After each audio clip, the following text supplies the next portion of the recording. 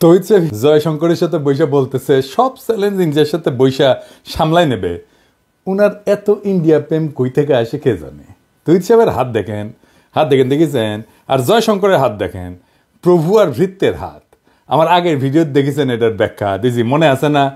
তৈরি সাহেবের হাত দেখে মনে হচ্ছে বিগলিত হয়ে গেছে একেবারে। ফরেন সার্ভিস নিয়ে এপিসোড রেডি করতে এ ছবি আসলো, দেখে মেজাজ খারাপ হয়ে গেছে। আসেন মূল আলাপে, এইরকম বিগলিত ছবি কেন দেখতে হয় তার ব্যাখ্যা পাবেন। আমি ফরেন সার্ভিস বা বাংলাদেশের কূটনৈতিক সামর্থ্য নিয়ে বলছিলাম যে এই সার্ভিসের একটা সংস্কার দরকার, এই ফরেন সার্ভিস রিফর্ম দরকার। এই পর্যন্ত শুনে অনেকের মনে করতে পারেন এইটা তো আমার দরকার নাই। হ্যাঁ জি না ভাই, এটা আমাদের খুব দরকার। আপনি শান্তিমতো মর্যাদার সাথে প্রবাসে আয় উপার্জন করতে পারবেন কিনা থেকে শুরু করিয়া ইন্ডিয়া আমাদের দেশে আবার তালুকদারি করতে আসবে কিনা সবকিছু নির্ভর করে আমার ফরেন সার্ভিসের দক্ষতার উপরে। তাই এর সংস্কার আমাদের জন্য খুবই জরুরি। আমাদের দেশের প্রত্যেকটা খাত নিয়ে আমাদের জানা লাগবে। আপনার আমার টাকা কেন কোথায় খরচা হয়, কেমনে খরচা হইতেছে, কিভাবে খরচা হইতেছে সেটা জানার আপনার পূর্ণ অধিকার আছে। আপনার কাছে যারা ভোট চাইবার আসবে তাদের থেকে বেশি জানা লাগবে আপনার, কারণ আপনি তাদের মালিক, ওরা আপনার চাকর। আপনি তাদের শেখাবেন দেশ কেমনে চালাইতে হয়, আপনার জানা লাগবে, কারণ দেশের মালিক আপনি। রাজনীতিবিদ আর আমলারা আপনার চাকরি করে, চাকরি। মালিকরাই তো চাকর বাকরদের বলবে কিভাবে কোন কাজটা করতে হবে, কেন করতে হবে, সেটা বলবে না মালিক? আসেন আমরা বুঝে দেখি ফরেন সার্ভিস বা আমাদের পররাষ্ট্র মন্ত্রণালয়ে কি কি সংস্কার দরকার, কেন সংস্কার দরকার। প্রথমে দরকার সাংবিধানিক সংস্কার। কেন জানেন? বাংলাদেশের সংবিধানের কূটনীতি আর আন্তর্জাতিক সম্পর্ক অংশে বলা আছে বিশ্বশান্তি প্রতিষ্ঠান নিরস্ত্রীকরণের ব্যাপক ভিত্তিক সমর্থন এবং আন্তর্জাতিক আইনের প্রতি শ্রদ্ধা ও সমর্থন। এটা কেন লেখা আছে জানেন? মানেটা কি? কেন এটা লেখা আছে? মানে কেন বিশ্বশান্তি প্রতিষ্ঠা নিরস্ত্রীকরণ বলা হয়েছিল? এটা ছিল ওই সময় স্নায়ুযুদ্ধ চলতেছিল একটা। পুঁজিবাদী আমেরিকা আর সমাজতান্ত্রিক সোভিয়েত ইউনিয়নের দুই পক্ষই যুদ্ধাস্ত্রে তাদের ভান্ডার ভর্তি ছিল। সারা দেশের দেশগুলো দুই দেশের অধীনের বলয়ে চলে গেছে। এক দল আমেরিকার বলয়, আর এক দল সোভিয়েত ইউনিয়নের বলয়। আর এক দল ছিল যারা না ঘরকা না ঘাটকা, মানে শ্যামো রাখতে মন চায়, কুলো রাখতে চায়। তার নাম দিল জোট নিরপেক্ষ রাষ্ট্র, কিন্তু আসলে সোভিয়েত বলয়। হাঙ্গেরি সিপিবি, পন্দের আলো, দিল্লি স্টার, বাঙ্গু সুশীলদের নাগাল আর কি। ওরা যা করে তাই যায় আওয়ামী লীগের পাতে। ওই করবি সমাজতন্ত্র, কিন্তু সমাজতান্ত্রিক দুনিয়া তো টাকা নাই, তাই করবি সমাজতন্ত্র। আর টাকা নিবি পুঁজিবাদী আমেরিকার কাছ থেকে, ভাত খাবি ভাতারের আর পীড়িত করবি ভাসুরের লগে। এটার নাম জোট নিরপেক্ষ আন্দোলন। তো এই জোট নিরপেক্ষদের এজেন্ডা ছিল নিরস্ত্রীকরণ। কেন জানেন? কারণ আমেরিকার লগে অস্ত্র বানানিতে সোভিয়েত ইউনিয়নের পাল্লা দিতে পারতেছিল না। ওই সোভিয়েত ইউনিয়নের গোয়াত নাই সাম রাধাকৃষ্ণের নাম, তো অস্ত্র বানাবে গেলে চলবি, তাই ওই ফেও ধরিছে নিরস্ত্রীকরণের। ওটা ঢুকেছে সংবিধানের বাংলাদেশে। আপনার এটা এখন দরকার আছে। আমাদের তো এখন জাতীয় সামরিক শক্তির বৃদ্ধি দরকার। আঞ্চলিক সমস্যাগুলো বাড়তেছে। বিপ্লব পরবর্তী নতুন বাংলাদেশ গড়ে তোলার লক্ষ্যে সংবিধানের 25 অনুচ্ছেদকে আমূল পরিবর্তন করে যুগোপযোগী করতে হবে। সংবিধান সংস্কার কমিশন হয়েছিল, ওটি আলী রিয়াজ ছিলেন, আবার হাঙ্গেরে ফিরোজ ছিল। তো ক্যাঙ্কা পরামর্শ দিচ্ছে, বুঝবার পারিচ্ছেন। আমি তাহলে এটা ক্যাঙ্কা চাই সেটা বলি, কেন চাই সেটা বলি। হ্যাঁ, সংবিধানের সংশোধিত অনুচ্ছেদের যেখানে বাংলাদেশের কূটনীতি এবং আন্তর্জাতিক সম্পর্ক আছে সেটা কেমন হইতে পারে, আসেন সে আলাপ করি। এটা লেখা লাগবে এঙ্কা করে, এটা সে পাশে আনা লিখে দেন। 1 নাম্বার, বাংলাদেশ সকল জাতির মধ্যে শান্তিপূর্ণ সহাবস্থান, পারস্পরিক সহযোগিতা এবং সার্বভৌমত্বের প্রতি শ্রদ্ধাশীল থাকবে। 2 নাম্বার, রাষ্ট্রের কূটনৈতিক নীতির মূল লক্ষ্য হবে বাংলাদেশের স্বাধীনতা, সার্বভৌমত্ব ও জাতীয় নিরাপত্তার সর্বোচ্চ সুরক্ষা নিশ্চিত করা। এই উদ্দেশ্যে কি কি কাজ করবে সেটা বলে দিতে হবে। ক, বাংলাদেশ তার জাতীয় প্রতিরক্ষা এবং সামরিক শক্তিকে উন্নত করে সম্প্রসারিত করার অধিকার সংরক্ষণ করবে, যাতে আভ্যন্তরীণ এবং বাহ্যিক যে কোনো হুমকি মোকাবেলা করা সম্ভব হয়। খ, বাংলাদেশ আঞ্চলিক নিরাপত্তা এবং প্রতিরক্ষা সহযোগিতার মাধ্যমে সমসাময়িক ভূ রাজনৈতিক চ্যালেঞ্জ মোকাবেলার জন্য সক্রিয় ভূমিকা পালন করবে। আন্তর্জাতিক আইন এবং কূটনৈতিক নীতির প্রতি শ্রদ্ধা রেখে বাংলাদেশ তার কৌশলগত অবস্থানকে শক্তিশালী করবে। গ, বাংলাদেশ কোনো পরাশক্তির আধিপত্যবাদী রাজনীতির যন্ত্র বা বলয়ে পরিণত হবে না, তবে রাষ্ট্রীয় স্বার্থের সুরক্ষায় কৌশলগত অংশীদারিত্ব গড়ে তুলতে পারবে। ঘ, বাংলাদেশ নিরস্ত্রীকরণ এবং বিশ্বশান্তির ধারণাকে সমর্থন করবে, তবে এটি জাতীয় নিরাপত্তা ও প্রতিরক্ষা সক্ষমতার সীমাবদ্ধতার কারণ হতে পারবে না। উ, বাংলাদেশ দক্ষিণ এশিয়ার একটি ভারসাম্যপূর্ণ এবং ন্যায়সঙ্গত শক্তি কাঠামো গঠনে ভূমিকা রাখবে, যাতে আঞ্চলিক নিরাপত্তা, অর্থনৈতিক উন্নয়ন এবং কৌশলগত স্থিতিশীলতা নিশ্চিত করা যায়। তো এই যে পরিবর্তনের কথা বললাম, এটা আসলে কি কারণে, এইটা একটু বুঝে দেখি। হ্যাঁ, 1 নম্বর কারণ হইতেছে যে নিরস্ত্রীকরণকে একপাক্ষিক আদর্শবাদ থেকে বের করে বাস্তববাদী জাতীয় নিরাপত্তার দৃষ্টিভঙ্গিতে রূপান্তর করার দরকার আছে। 2 নম্বর, বাংলাদেশের সামরিক শক্তি এবং প্রতিরক্ষা উন্নয়নের গুরুত্বকে স্বীকৃতি দেওয়া হয়েছে। 3 নম্বর, আঞ্চলিক কৌশলগত সহযোগিতা এবং শক্তি ভারসাম্যের উপরে গুরুত্ব আরোপ করা হয়েছে। 4 নম্বর, পরাশক্তির বলয়ের বাইরে থাকলেও কৌশলগত এবং অংশীদারিত্বের প্রয়োজনীয়তা স্বীকৃত হয়েছে। 5 নম্বর, দক্ষিণ এশিয়ায় বাংলাদেশের ভূ রাজনৈতিক অবস্থানকে শক্তিশালী করার দৃষ্টিভঙ্গি দেওয়া হয়েছে। এই সংস্কার বর্তমান বৈশ্বিক এবং আঞ্চলিক বাস্তবতার আলোকে বাংলাদেশকে একটা আত্মনির্ভরশীল, সামরিকভাবে শক্তিশালী এবং কৌশলগতভাবে বুদ্ধিদীপ্ত রাষ্ট্রে পরিণত করতে পারবে। আর কি, আর আইন প্রণয়ন করতে হবে। কি আইন, আসেন সেটা বুঝে দেখি। বাংলাদেশের পররাষ্ট্রনীতি নির্ধারণ এবং বাস্তবায়নে ডিপ্লোম্যাটিক সার্ভিসেস অ্যাক্ট প্রণয়ন করা প্রয়োজন। কেন প্রয়োজন? প্রথমত, গণতান্ত্রিক ব্যবস্থায় দেশের সরকার পরিচালনার রাজনৈতিক দল, জোট, এটা পরিবর্তন হয়ে থাকে, জানি তো আমরা। কিছুদিন পর পর পার্টি পাল্টায়, সরকারি দল পাল্টায়। কূটনীতি কিন্তু একটা দীর্ঘমেয়াদী এবং ধীর লয়ে বাস্তবায়ন হয়, এরকম একটা প্রক্রিয়া। এতে অন্য রাষ্ট্রের স্বার্থ এবং ইচ্ছাকেও আমলে নিতে হয়। তাই সরকার পরিবর্তনের সাথে সাথে পররাষ্ট্রনীতির যদি আমূল পরিবর্তন হয়, তাহলে বিভিন্ন দেশের সাথে চলমান কূটনৈতিক প্রক্রিয়াগুলো থেমে যায়। রাজনৈতিক দলগুলো দেশে যেভাবে রাষ্ট্র চালায়, রাষ্ট্র সাজায়, সরকার, আমলা, পুলিশ টুলিশ, প্রশাসন, সবকিছুতে বিচার ব্যবস্থা, সবকিছুতে লোক বদলায়, একইভাবে বিদেশেও একই কাজ করতে চায় সে। বিদেশি কি করে, বিদেশের মিশনগুলোকে কাজে লাগায় সরকারের যেটা দলীয় আদর্শ সেটা প্রচারের জন্য। এই আওয়ামী লীগের বিগত 15-16 বছরে বাংলাদেশের পররাষ্ট্রনীতির অন্যতম প্রধান লক্ষ্য ছিল হাসিনা, তার বাপ, তার দলকে মহিমান্বিত করা এবং ভারতের কাছে জনগণের স্বার্থ বিকায় দিয়া শেখ হাসিনার গদিকে সুসংহত করা।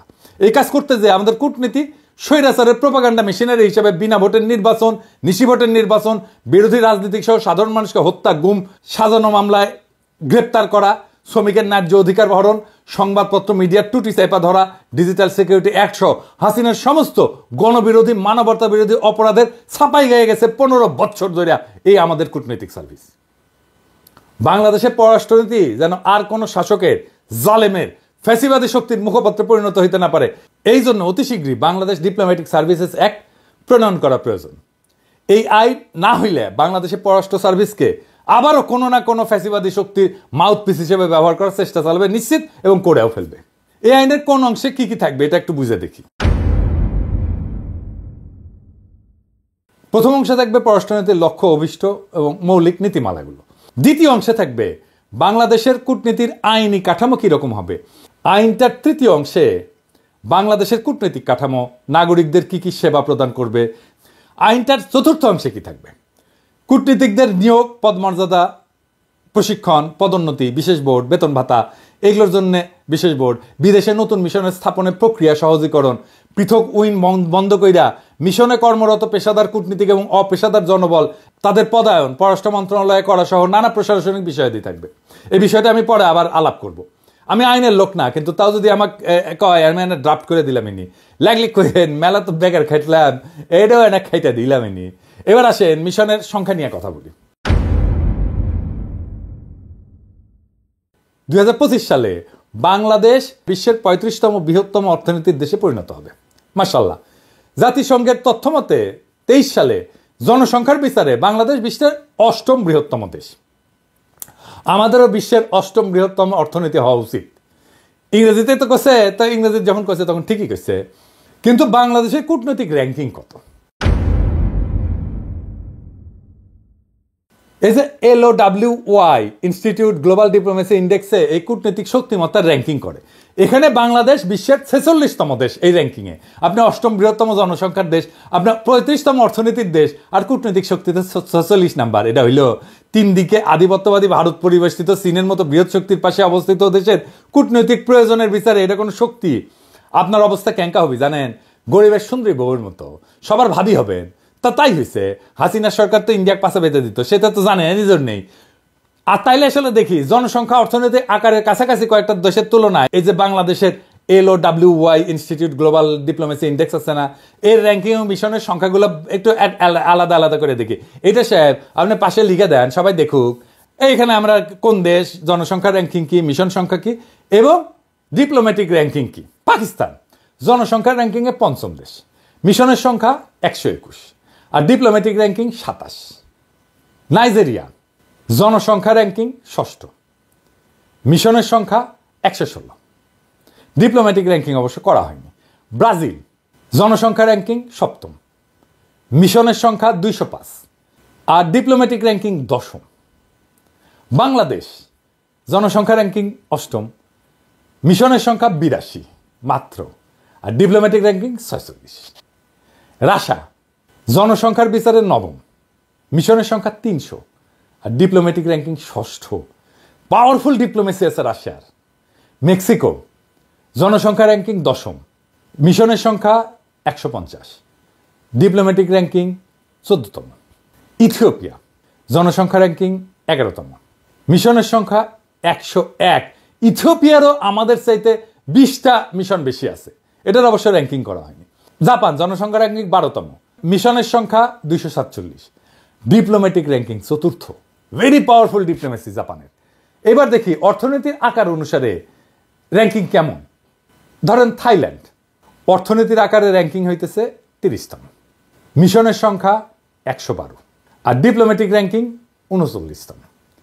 ফিলিপাইন অর্থনীতির আকার 31তম, মিশনের সংখ্যা 109টা আর ডিপ্লোম্যাটিক র্যাঙ্কিং 40তম।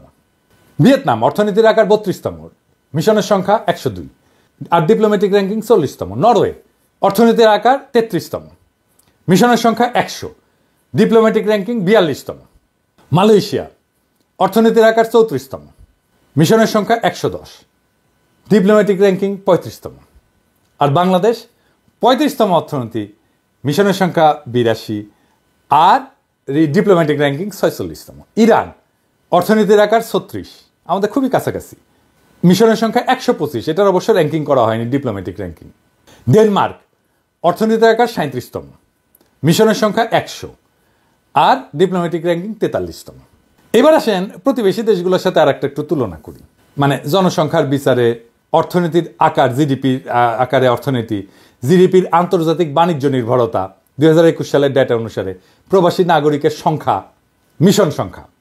পাকিস্তান মোট জনসংখ্যা 24 কোটি, অর্থনৈতিক আকার জিডিপি 292 বিলিয়ন মার্কিন ডলার আর জিডিপির আন্তর্জাতিক বাণিজ্য নির্ভরতা 25.8%। প্রবাসী নাগরিকের সংখ্যা 76 লক্ষ, মিশন সংখ্যা 121, আমরা আগে দেখছি। ভারতের মোট জনসংখ্যা 140 কোটি প্রায়, অর্থনীতির আকার জিডিপি 2850 বিলিয়ন মার্কিন ডলার, জিডিপির আন্তর্জাতিক বাণিজ্য নির্ভরতা 37.9%। প্রবাসী নাগরিকের সংখ্যা 1,80 লক্ষ, মিশন সংখ্যা 202। বাংলাদেশের মোট জনসংখ্যা আমরা জানি যে প্রায় 17 কোটি, আমাদের অর্থনীতি আকার 446 বিলিয়ন মার্কিন ডলার, জিডিপির আন্তর্জাতিক বাণিজ্য নির্ভরতা অনেক বেশি 35.3%। প্রবাসী নাগরিকের সংখ্যা 74 লক্ষ, মিশন সংখ্যা 82। পাকিস্তানের ইকোনমি আমার প্রায় অর্ধেক, তাও তার মিশনের সংখ্যা আমাদের 1.5 গুণ। জনসংখ্যা এবং অর্থনৈতিক গুরুত্ব এবং প্রয়োজনীয়তা বিবেচনায় 2025 সালের মধ্যেই বাংলাদেশে বৈদেশিক মিশনের সংখ্যা 120টাতে উন্নীত করা জরুরি। তো আমরা অনেকে মনে করি যে বিদেশে যে মিশন টিশন আছে তারা শুধু খরচা করে, আয় হয় না, মানে এগুলা খরচার খাত, এটা ফাউল কথা। আমরা যেমন রেমিটেন্স পাঠাই তেমনি আমাদের মিশনগুলোও রেমিটেন্স পাঠায়, বাংলাদেশে আয় করে, বিদেশে ডলারে আয় করে। এইবার আসেন বিদেশে বাংলাদেশে একটা ছোট আকারে মিশনের বার্ষিক ব্যয় কত একটু দেখি। এটা পররাষ্ট্র মন্ত্রণালয়ের বাজেট বই দেখলে বোঝা যায় যে মিশনের ব্যয় বরাদ্দ 5 থেকে 6 কোটি টাকা বছরে, যা আবার প্রকৃত ব্যয় হচ্ছে 4.5 থেকে 5 কোটি টাকার মতো। কূটনৈতিক যোগাযোগ বৃদ্ধি, বাণিজ্য বৃদ্ধি, এই সমস্ত বিবেচনায় বার্ষিক খরচের রিটার্ন অনেক গুণ বেশি। বাংলাদেশে কয়েকটা নতুন মিশন করছে, এর উপরে একটা ছোট্ট একটা আমি তথ্য দিই, আপনারা একটু বুঝে দেখেন যে মিশন করলে আমাদের লাভ আছে না ক্ষতি, এটা খরচা কিনা। ধরেন এই যে ব্রাজিলের রাজধানী, এখানে মিশন স্থাপনের আগে রপ্তানি ছিল 110 মিলিয়ন মার্কিন ডলার, মিশন স্থাপনের পরে রপ্তানি হয়েছে 179 মিলিয়ন মার্কিন ডলার, রপ্তানি বৃদ্ধি কত হয়েছে প্রায় 593 কোটি টাকা। খরচা কত মিশনের? প্রায় 8.5 কোটি টাকার মতো। মিশন খোলার পরে চুক্তি হয়েছে কয়টা? 4টা চুক্তি হয়েছে। যা বাজেট খরচা যেটা, তার তুলনায় আয় বৃদ্ধি কত? 6,839%, 6,839%। আদিস আবাবা এখানে মিশন স্থাপনের আগে রপ্তানি হয়তো 5.1 মিলিয়ন মার্কিন ডলার, স্থাপনের পরে হয়েছে 13 মিলিয়ন মার্কিন ডলার। রপ্তানি বৃদ্ধি হয়েছে কত? প্রায় 68 কোটি টাকা। আর বাজেট কত? প্রায় 6.5 কোটি টাকার মতো। মিশন খোলার পরে চুক্তি হয়েছে কয়টা? একটা চুক্তি হয়েছে। বাজেটের তুলনায় আয় বৃদ্ধি কত হয়েছে? 1030%। মেক্সিকো সিটি মিশন স্থাপনের আগে রপ্তানি ছিল 181 মিলিয়ন মার্কিন ডলার। রপ্তানি মিশন স্থাপনের পরে কত হয়েছে? 381 মিলিয়ন মার্কিন ডলার।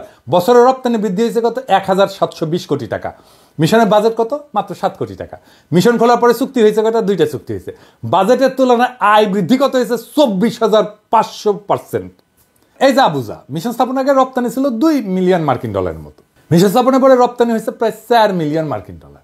বছরে রপ্তানি বৃদ্ধি হয়েছে 16 কোটি টাকা। বাজেট কত?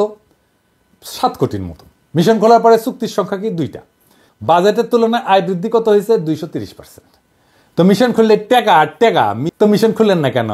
আপনার শক্তিও বাড়বে, ব্যবসাও বাড়বে, আয় রোজগার বাড়বে, মাশাল্লাহ।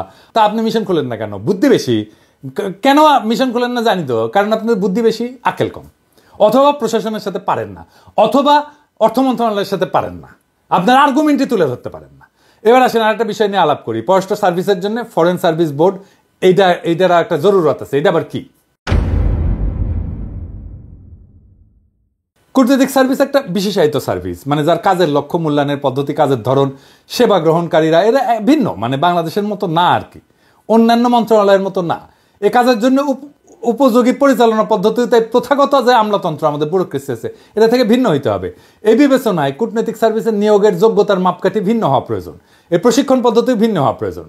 বিশেষভাবে কূটনীতিকদের মূল্যায়নের একটা মাপকাঠি আছে, মানে কি ভালো কাজ করতেছে না খারাপ কাজ করতেছে। এইটা আবার করছে কি, এটা একটা সিস্টেম আছে, নাম হচ্ছে APA, অ্যানুয়াল পারফরমেন্স এগ্রিমেন্ট। এটা আবার ইন্ডিয়া করে দিছে, বুঝছাও। এটা দিয়ে আমাদের কূটনীতিকদের দক্ষতা মাপে। হ্যাঁ, এটা ইন্ডিয়া ব্যানে দিছিল। এটা কি, এটা একটা বুঝে দেখি এই APA এটা কি আর এটা কেমনে কাজ করে। এটা হইলো একটা প্রশাসনিক দলিল আর কি। এটা মূলত সরকারি সংস্থাগুলো মানে কাজ কি কি করছে এটা মূল্যায়নের জন্য ব্যবহার করা হয়। বাংলাদেশে এটা সরকারি প্রতিষ্ঠানের কার্যকারিতা মূল্যায়ন, জবাবদিহিতা বৃদ্ধি এবং দক্ষতা উন্নয়নের লক্ষ্যে প্রণয়ন করা হয়েছে বলে বলা হয়েছে।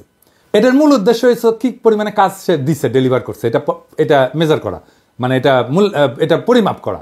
প্রত্যেকটা মন্ত্রণালয়, বিভাগ, সরকারি সংস্থার বার্ষিক একটা টার্গেট তৈরি করা এবং সেটা অর্জন করতে পারছে কিনা সেটা পর্যালোচনা করা।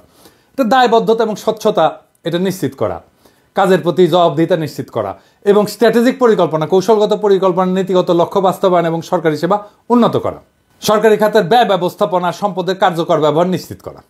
কিন্তু বাংলাদেশের কূটনীতিকদের মূল্যায়নে এই APA কেন ব্যবহার করা যাবে না, এটা একটু বুঝে দেখে। এটা খুব ইন্টারেস্টিং ব্যাপার, একাডেমিক, কিন্তু বুঝলে এটা সুবিধা আছে আমাদের সবারই। কূটনীতিকদের কাজের প্রকৃতি অত্যন্ত গতিশীল এবং জটিল। তাদের কার্যকারিতা শুধুমাত্র প্রশাসনিক চুক্তি দেওয়া মাপা কঠিন। কূটনীতির ক্ষেত্র হচ্ছে পরিস্থিতি ভিত্তিক এবং রাজনৈতিক। এটা শুধু সংখ্যাভিত্তিক মানদণ্ড দিয়ে বিচার করা যায় না। APA সংখ্যাভিত্তিক মানদণ্ড। কূটনীতিক কাজ দীর্ঘমেয়াদী প্রভাব ফেলে, যা বার্ষিক মূল্যায়নে ধরা যাবে না। মানে আপনার এটা ফল আসতে যদি 5 বছর সময় লাগে, তাহলে আপনি 1 বছরের মধ্যে কি দেখবেন? দেখতে পাবেন না তো কিছুই। দ্বিপাক্ষিক এবং বহুপাক্ষিক সম্পর্ক, বিদেশি লবিং, প্রভাবশালী রাষ্ট্রের সাথে নীতিগত বোঝাপড়া, এগুলো সরাসরি APA-তে দেখাই যায় না। এটাই আসলে কূটনীতিক সার্ভিসের মূল কাজ। তাহলে আপনি APA দিয়ে করবেন কি এদের জন্য?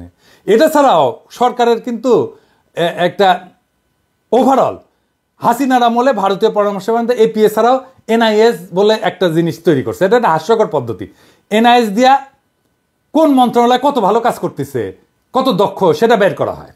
কিন্তু ইন্টারেস্টিং হয়েছে, NIS দিয়ে যে সমস্ত মন্ত্রণালয়কে দক্ষ বলে বলা হয়েছে, সেগুলোই হইতেছে সবচেয়ে দুর্নীতিগ্রস্ত এবং সবচেয়ে অদক্ষ মন্ত্রণালয়। আসেন এটা বুঝে দেখে এটা কিরকম। বাস্তবে যে সমস্ত মন্ত্রণালয় সবচেয়ে দুর্নীতিগ্রস্ত এবং অদক্ষ, তারাই এই যে মূল্যায়ন পদ্ধতি, এই যে NIS আর APA বললাম, এতে শ্রেষ্ঠ মন্ত্রণালয় হিসেবে স্বীকৃতি পাইছে। এটাতে কৃত্রিমভাবে সাজানো রিপোর্টের মাধ্যমে প্রশাসনকে দক্ষ এবং দুর্নীতিমুক্ত দেখানোর চেষ্টা করা হয়। বাস্তবে জনগণের সেবা নিশ্চিত করতে এই পদ্ধতিগুলা কোনো কার্যকর পরিবর্তন আনতে পারেনি। দুর্নীতির জন্য কুখ্যাত মন্ত্রণালয়গুলো বারবার শ্রেষ্ঠত্বের পুরস্কার পেয়েছে। আমি উদাহরণ দিই, সড়ক পরিবহন সেতু মন্ত্রণালয়, মানে যেটা ওকা, ওই যে কাউয়া কাউয়া, ওই কাউয়া আসছে, কাউয়া এটা সাহেব, কাউয়ার সাউন্ড দেন অনেকদিন পরে, জোরে দেন, আরো জোরে, আরো জোরে, হচ্ছে। হ্যাঁ, তো এইখানে তারা কিভাবে কাজ করছে, কি দুর্নীতি করছে আমরা তো জানি। আর কি গৃহায়ন এবং গণপূর্ত মন্ত্রণালয়, হ্যাঁ, সরকারি ভবন নির্মাণ উন্নয়নে, এটা সাধারণ ঘটনা তো দুর্নীতিতে। শিক্ষা মন্ত্রণালয়, যেখানে প্রস্তভাস, নিয়োগে দুর্নীতি এবং শিক্ষাখাতের মানের যে অবনতি ঘটছে, সেটা তো এই শিক্ষা মন্ত্রণালয় দীপুমণি করছে, তাই না? সেটা নাকি বেস্ট পারফর্মিং মন্ত্রণালয়। তাহলে চিন্তা কর, স্বাস্থ্য মন্ত্রণালয় কি হয়েছে এটা তো আমরা জানি, এখনো স্বাস্থ্য মন্ত্রণালয় সেইটার জন্য ঢুকতেছে। এই এপিআর এনআইএস এটা জনগণের সাথে প্রতারণা করে এক ধরনের ব্র্যান্ডিং টুল। এটা ব্যর্থ, অপ্রাসঙ্গিক। প্রকৃত জবাবদিহিতা, সুশাসন এবং দুর্নীতির বিরুদ্ধে কঠোর ব্যবস্থা নেওয়ার জন্য নতুন কার্যকর বাস্তবসম্মত মূল্যায়ন পদ্ধতি দরকার। আপনারাই বলেন যে সড়ক, গণপূর্ত, স্বাস্থ্য, শিক্ষা যদি সেরা মন্ত্রণালয়ের সার্টিফিকেট পায়, তাহলে ইন্ডিয়া আমাদের কেমন চাপা ম্যাট দিতেছিল তাদের একটা সিস্টেম করে দিয়া। এনআইএস আর এপিএ কিন্তু ইন্ডিয়া করে দিছে, বুঝছেন? আমাদের ব্যুরোক্রেসিও তারা এইভাবে খোড়া করে দিছিল। কূটনীতিকদের পদোন্নতি এই সমস্ত মূল্যায়নের নিরীক্ষা হওয়া উচিত না। সবচেয়ে ভয়ানক যে জুলুম হাসিনা সরকার পররাষ্ট্র সার্ভিসের সাথে করছে তা হলো নিষেধাজ্ঞার ভোটের কারিগর অ্যাডমিন ক্যাডারদের অধীনে পররাষ্ট্র সার্ভিসের পদোন্নতির ব্যবস্থা করে দিছে। চিন্তা করেন, যেখানে পররাষ্ট্র সার্ভিসের পদ শূন্য থাকার পরও পদোন্নতি দেওয়া হয়নি, হাস্যকর সব অজুহাত দেখায়, সেখানে ভোট চুরির কারিগরেরা পদ শূন্য না থাকলেও পদের চেয়ে দ্বিগুণ, 3 গুণ সংখ্যায় পদোন্নতি পেয়েছে। এটা হাস্যকর অজুহাত বলি। অ্যাডমিন ক্যাডারের একই ব্যাচের অফিসারদের পদোন্নতি হয়নি বলে পররাষ্ট্র ক্যাডারের পদ শূন্য থাকলেও তাদেরকে পদোন্নতি দেওয়া হয়নি 2-3 বছর ধরে। আমি আগের এক এপিসোডে এই কথা বলছিলাম। কাজে পররাষ্ট্র সার্ভিসের পদোন্নতি ফরেন সার্ভিস বোর্ডের মাধ্যমে হইতে হবে। আর্মির পদোন্নতি যেভাবে হয় আর্মির বোর্ডের মাধ্যমে, তাদের বিশেষ ভাতাদি, সন্তানদের লেখাপড়ার খরচ, মেডিকেল, বিশেষায়িত দক্ষতা সম্পন্ন বাইরের কাউকে মিশন, পররাষ্ট্র মন্ত্রণালয়ে সাময়িকভাবে যে প্রেষণ করা হবে সেই পদায়নের প্রক্রিয়া, রাষ্ট্রদূত, সিনিয়র পদগুলোতে পদায়নের ক্ষেত্রে এই বোর্ড সুপারিশ করবে। আর কিছু উইং আছে, এগুলো আসলে বন্ধ করে দেওয়া উচিত। বিদেশে মিশনগুলোতে বাণিজ্য, প্রবাসী কল্যাণ, স্বরাষ্ট্র, ইকোনমিক, এগুলো বিভিন্ন মন্ত্রণালয়ের জনবল কাজ করতেছে। সমস্যা সেটা না। কোনো মিশনে বিশেষায়িত লোকবল প্রয়োজন হইলে পররাষ্ট্র মন্ত্রণালয় চাহিদার ভিত্তিতে পররাষ্ট্র মন্ত্রণালয়ের মাধ্যমে প্রেষণে, ডেপুটেশনের লোক পাঠানো যাইতেই পারে। সমস্যা অন্য জায়গায়। সমস্যা হলে এই উইংগুলো স্থাপন করা হয় বেশিরভাগ ক্ষেত্রে পররাষ্ট্র মন্ত্রণালয়ের কোনো অনুমতিই নেওয়া হয় না। মানে চিন্তা করে, যারা কাজ করতেছে, যাদের সাথে তাকে কাজ করবে, তাদের আসলে প্রয়োজন আছে কিনা সেটা জানার প্রয়োজন মনে করে না। মানে এখন লোক পাঠানো লাগবে এরা বিদেশের প্রেষণ ক্যাডার, এইরকম জাউরমি করে এরা। তো অনুমতি ছাড়া যেগুলো খোলা হয়েছে পররাষ্ট্র মন্ত্রণালয়, যেমন সুইজারল্যান্ডে লেবার উইং, কায়রোতে লেবার উইং, ইতালিতে ডিফেন্স উইং, অস্ট্রেলিয়াতে লেবার উইং, এগুলো খুলছে পররাষ্ট্র মন্ত্রণালয়ের সাথে কোনো আলোচনা ছাড়াই। পশ্চিমা দেশগুলোতে বাংলাদেশের অদক্ষ, সীমিত দক্ষতা সম্পন্ন লোকদেরকে মধ্যপ্রাচ্য বা মালয়েশিয়ার মতো চুক্তিভিত্তিক নিয়োগ দেওয়া সম্ভব না জেনেও কেবলমাত্র বিশাল সাইজের অ্যাডমিন ক্যাডারের লোকদেরকে জায়গা দেওয়ার জন্য আর সচিব, মন্ত্রী, আমলাদেরকে প্রোটোকল দেওয়ার জন্য এই সমস্ত অপ্রয়োজনীয় উইং খোলা হয়েছে। মধ্যপ্রাচ্যে বাংলাদেশি কর্মী ভাইরা বেশি সংখ্যায় থাকলেও আরামায়েশের জন্য লেবার উইং, পাসপোর্ট উইং, এসব উইং খোলা হয়েছে ইউরোপ, আমেরিকা, অস্ট্রেলিয়া। কি মজা! এবার আসেন পাসপোর্ট উইং নিয়ে যখন আন্তর্জাতিক সিভিল এভিয়েশনের জন্য এমআরপি বাধ্যতামূলক করা হইল, তখন পররাষ্ট্র মন্ত্রণালয় চাইছে পাসপোর্ট অধিদপ্তর থেকে পাসপোর্টের কাজে দক্ষ, অভিজ্ঞ, নন ক্যাডার জনবল। কিন্তু অ্যাডমিন ক্যাডার ওই দেশে এটা তো মৌকা পাওয়া গেছে, নিজেদের বিদেশে পোস্টিংয়ের সুযোগ পাওয়া গেছে। পররাষ্ট্র মন্ত্রণালয়ের মতামতের বাইরে যায় বিভিন্ন দেশে পাসপোর্ট উইং খোলা হয়েছে, সেখানে প্রায় সব অফিসার অ্যাডমিন ক্যাডার নিয়োগ দিছে। কেন রে ভাই? অবিলম্বে এই সমস্ত উইং বন্ধ করে পররাষ্ট্র মন্ত্রণালয়ের মতামত অনুযায়ী মিশনে কাজের পরিধি এবং প্রয়োজনীয়তা অনুযায়ী পাসপোর্ট কাজের দক্ষ পাসপোর্ট অধিদপ্তরের লোকবল দিতে হবে। লেবার উইংগুলো বন্ধ করে যেখানে প্রয়োজন আছে সেখানে শুধুমাত্র পররাষ্ট্র মন্ত্রণালয়ের মতামত অনুযায়ী আন্তর্জাতিক শ্রম আইনের দক্ষ, সেবার মানসিকতা আছে এরকম অ্যাটাশে নিয়োগ দেওয়া যেতে পারে, খরচও কমবে। এবার আসেন উইঙ্গার সাংগঠনিক নিজেদের জন্য মজার কি ব্যবস্থা করে নিয়েছে প্রশাসন ক্যাডার। প্রত্যেকটা উইংয়ের জন্য আছে আলাদা গাড়ি, আলাদা ড্রাইভার, আলাদা ব্যক্তিগত কর্মকর্তা, আলাদা অফিস। এগুলা স্ব মন্ত্রণালয়ের আন্ডারে পৃথক বাজেট। এই জন্য মিশনের মধ্যে আর একটা আলাদা অফিস, অনেকগুলো মিশন। এই সমস্ত কর্মকর্তাদের এসিআর, কাউন্টার সাইন বা প্রতি স্বাক্ষর করে স্ব মন্ত্রণালয়ের সচিব। বাংলাদেশের সমগ্র বৈদেশিক সম্পর্ক দেখার দায়িত্ব যাদের, তাদেরকে বাইপাস কইরা ওই সমস্ত সচিব সরাসরি কাজ করে তাদের উইং এর সাথে। এটা কোনো কথা? কেমন করে কাজ করছে বাংলাদেশের পররাষ্ট্র দপ্তর এবং কেমন ভালসুন পররাষ্ট্রমন্ত্রী ছিল সবসময়। দেশের কূটনৈতিক প্রয়োজনে পররাষ্ট্র ক্যাডারের বাইরে বিশেষায়িত লোকজন প্রয়োজন। এই প্রয়োজন একটা মিশনের মধ্যে আরো কতকগুলো স্বতন্ত্র প্রশাসনিক সাংগঠনিক কাঠামো গঠন করে কেন করতে হবে রে ভাই? কেন প্রশাসন ক্যাডারের জুনিয়র কর্মকর্তারা বিদেশে গাড়ি বিলাস করবে? দেশে যেভাবে লয় লস্কর সহ আরামাইশে থাকে, সেভাবে বিদেশেও বউ বাচ্চার প্রয়োজনে গাড়ির ব্যয় কেন দেশের গরিব মানুষ দেবে? আর মজা হইল দেশে যে বিশেষভাবে গাড়ির মালিক হয়ে যায় তার সেই গাড়ির জন্য আবার বিদেশে বসেও রক্ষণাবেক্ষণ বাবদ টাকা তোলে, বুঝছাও। একদিকে দেশে গাড়ি উবারে দেয় অথবা আত্মীয় স্বজনের কাছে বর্গা দেয়, আবার বিদেশের সরকারি খরচে গাড়ি হাঁকায়, দেশের ভাড়াঘাটা গাড়ির ব্যয় বাবদ তোলে, আবার রাতের ভোটের কারিগরদের খুশি করার জন্য কি ব্যবস্থাই না করছে হাসিনা। আমাদের সুনির্দিষ্ট প্রস্তাব হইল বৈদেশিক সম্পর্কের পুরোটার দায় দায়িত্ব পররাষ্ট্র মন্ত্রণালয়কে দিতে হবে। এটা খুবই ন্যায্য চাওয়া। মিশন হবে একটা মাত্র প্রশাসনিক ইউনিট, সেখানে কূটনৈতিক ছাড়াও বিশেষায়িত দক্ষতা সম্পন্ন অ্যাটাশে থাকবে।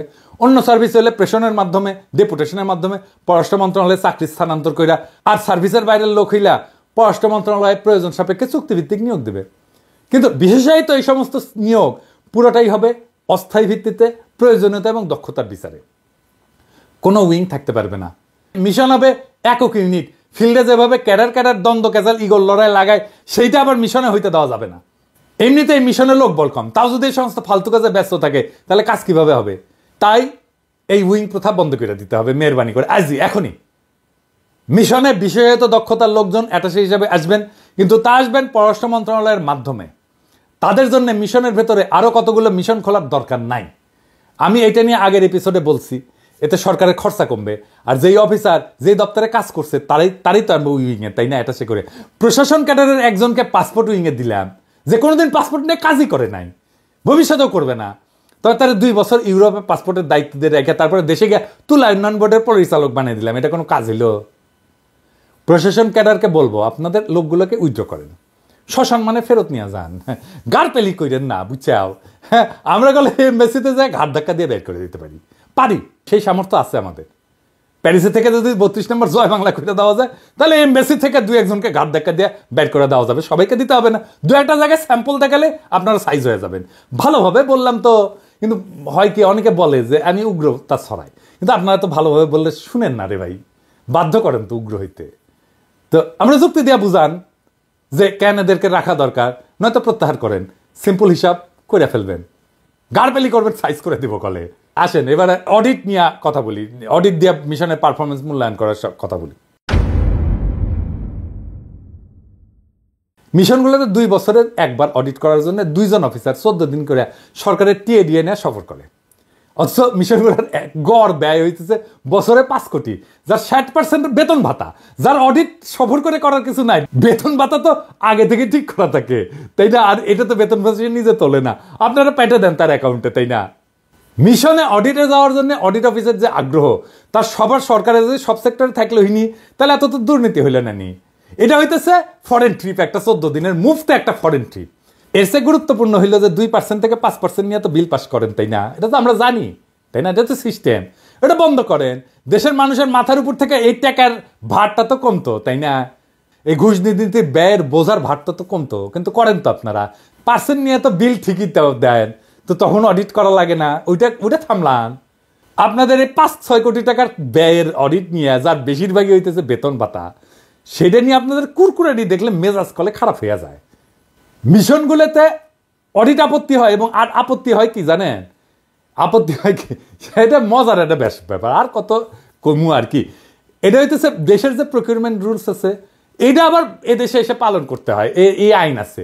এটা আইন না থাকলে আপত্তি দেয়। আমি তো ফ্রান্সে থাকি, ফ্রান্সে কোনো পণ্য সেবা এটা কেনার জন্যে কোটেশন আনতে হলে টাকা দিতে হয়, আবার কোটেশন না থাকলে অডিটে আপত্তি করতে হয়। তা মিশন কই যাবে? এটা বাংলাদেশের মতো না, চাইলে কোটেশন দিয়ে দিবে, তা তো না, টাকা দিবেন, কোটেশন দিবে, তো মিশন যাবে কই? ধরেন এক এক দেশের স্কুলের একটা মিনিমাম এজ এক এক রকম আছে না, কিন্তু দেশ থেকে নিয়ম করে দেওয়া হয়েছে যে 6 বছর না হইলে টিউশন ফি সরকারি খাত থেকে নেওয়া যাবে না। এখন ধরেন যেই দেশে 5 বছরে স্কুলে যাওয়া বাধ্যতামূলক, যেই দেশে, সেই দেশে কি করবে কূটনীতিকের বাচ্চারা? না পড়ে বসে রাখবে ঘরে? অনেক উন্নত দেশেই সরকারের যে টাকা, সেই টাকা দিয়ে 2 বাচ্চা পড়ানো যায় না, বাধ্য হয়ে তার বাচ্চাকে ওই দেশের স্থানীয় ভাষায় স্কুলে পড়াইতে হয়। 2 বছরের জন্য একজন ধরেন ফ্রান্সে আসছে, তোর বাচ্চাকে ফ্রেঞ্চ স্কুলে পড়াবে, ওর তো ল্যাঙ্গুয়েজ শিখতেই 2 বছর লাগবে রে ভাই। তো কূটনীতিকদের সন্তানেরা যে ইংলিশ মিডিয়ামে পড়তে হয়, এটা তো বিলাসিতা না, এটা তো নেহায়েত প্রয়োজন। আপনি বাচ্চাদের কথা চিন্তা করবেন না, তো জীবন ধ্বংস হয়ে যাবে তোরে ভাই। 2 বছর পর ট্রান্সফার হয়, তো এখন ফ্রান্স থেকে স্পেনে গেল, বা ফ্রান্স থেকে সৌদি আরব গেল, উঠি যে আবার আরবি শিখবি, আবার 2 বছর ওই ল্যাঙ্গুয়েজই শিখবি চিরজীবন। মানে আমি কই না যে আমাদের ব্যুরোক্রেটরা, আমলারা, এদের মাথাত কি আছে আমি জানি না, কিন্তু এদের হৃদয় নাই। হৃদয় দিয়ে প্রবলেম বুঝে না। আমি যে কথাগুলো কইলাম এটা শুনছেন তো? এই কথাগুলোর মধ্যে কোনোটা অন্যায্য কথা আছে, বেইনসাফি কথা আছে? আর কি মিশনের পারফরমেন্স মূল্যায়নের সুনির্দিষ্ট মানদণ্ড করা জরুরি। এটা না হলে জাতিসংঘ মিশন, লন্ডন মিশন, ওয়াশিংটন সহ যে সমস্ত মিশন সবসময় লাইমলাইটে থাকে, শুধু সেইগুলোকে ভালো মিশন বিবেচনা করার প্রথা বন্ধ হবে না তো? আর এসব লাইমলাইটে থাকা মিশনগুলো যাওয়ার জন্য তদবিরও বন্ধ হবে না। আর একটা কি, বিভিন্নমুখী যে সহযোগিতার খাত, এটা প্রকৃত অর্থে সম্প্রসারণ করা প্রয়োজন। কূটনীতির মোদ্দা কথা হইল স্ট্র্যাটেজিক এনগেজমেন্ট। বাংলাদেশের পররাষ্ট্রনীতিকে ভারতমুখিতার বাইরে নিতে হইলে সবার আগে প্রয়োজন সব গুরুত্বপূর্ণ দেশের সাথে বহুমুখী এনগেজমেন্ট, বহুমুখী সম্পর্ক। অর্থনীতির বিভিন্ন ক্ষেত্রে, শিল্প, সংস্কৃতি সহ সম্ভাব্য সকল ক্ষেত্রে সরকার টু সরকার engagement, people to people engagement, বিভিন্ন বেসরকারি প্রতিষ্ঠানের এনগেজমেন্ট, এইগুলো করতে হবে। তাহলে বিপ্লব পরবর্তী নতুন বাংলাদেশের জন্য উপযুক্ত পররাষ্ট্রনীতি বাস্তবায়ন সম্ভব হবে। বিভিন্ন শক্তি কেন্দ্রের সাথে বহুমুখী সম্পর্কে এনগেজমেন্ট বাড়লেই বাংলাদেশের উপর থেকে ভারতীয় আধিপত্য খতম হবে। আর কোনোদিন হাসিনার মতো কোনো সরকার বাংলাদেশকে ভারতের গোলামে পরিণত করতে পারবে না। প্রধান উপদেষ্টা এবং পররাষ্ট্র উপদেষ্টা এগুলো অতি দ্রুত বুঝলে ভালো। তো আমরা তো অনেক কিছু বললাম, বিশ্লেষণ করলাম, সমস্যাগুলো দেখাইলাম, সমাধান দিকগুলো তুলে ধরলাম, কিন্তু কথা শুধু বোঝার মধ্যে থেমে থাকলে তো হবে না, কিছু বদলাবে না। সত্যিকারের পরিবর্তন আসে যখন আমরা সচেতন হই, সক্রিয় হয়ে দায়িত্ব নিয়ে কাজ করি। আপনার, আমাদের প্রত্যেকের ভূমিকা আছে। এই দেশ তো আমাদেরই, তাই না? এই রাষ্ট্র আমাদের, এর ভবিষ্যৎও আমাদের। কেবল অভিযোগ করে থেমে থাকলে তো কিছু বদলাবে না। আমাদের জানতে হবে, বুঝতে হবে, প্রশ্ন করতে হবে, আর প্রয়োজনে দৃঢ়ভাবে দাবি তুলতে হবে। একটা শক্তিশালী পররাষ্ট্রনীতি, দক্ষ কূটনৈতিক সার্ভিস আর ন্যায়ভিত্তিক প্রশাসন গড়ে তোলার লড়াই শুধু কোনো একক ব্যক্তির দায়িত্ব না, এটা পুরো জাতির সংগ্রাম। এই জন্যে আমরা এই সংগ্রামের পথে নামছি এবং সবাইকে বুঝাই। আসেন সবাই মিলে একটা আত্মনির্ভরশীল, সম্মানজনক, শক্তিশালী বাংলাদেশ গড়ে তুলি। ইনকিলাব জিন্দাবাদ।